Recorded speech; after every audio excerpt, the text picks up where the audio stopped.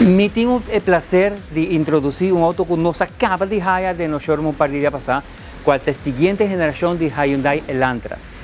Este es el sucesor de año 2012 edición de Elantra, cual gana Car of the Year de North American Car Show, y es un aquí, by the way, también está ganador de North American Car of the Year de la última edición. So, básicamente, es un tiki auto que gané más de un viaje. Este es fácil para practicar.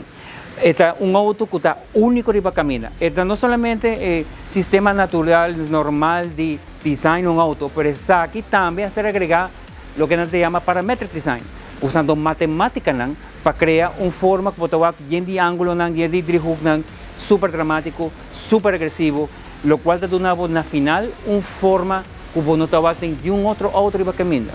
For the style de grill, cual está súper amplio, bota con línea agresiva para continuar parte de la banda. Tiene esa sección atrás, que está mostrando una flecha que está cortando aire para caminar. El Elantra su style está único, es distintivo y está un auto, es una cosa trivial, algo diferente.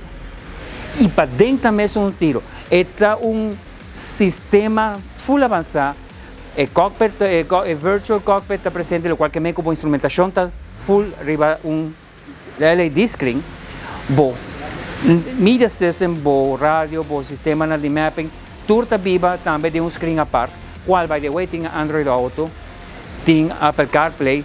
So, botahaya, un auto que no solamente de formato futurístico, pero de su función, de sus features, un auto que prácticamente está standalone, de lo cual se da en la que utiliza el mercado hoy en día.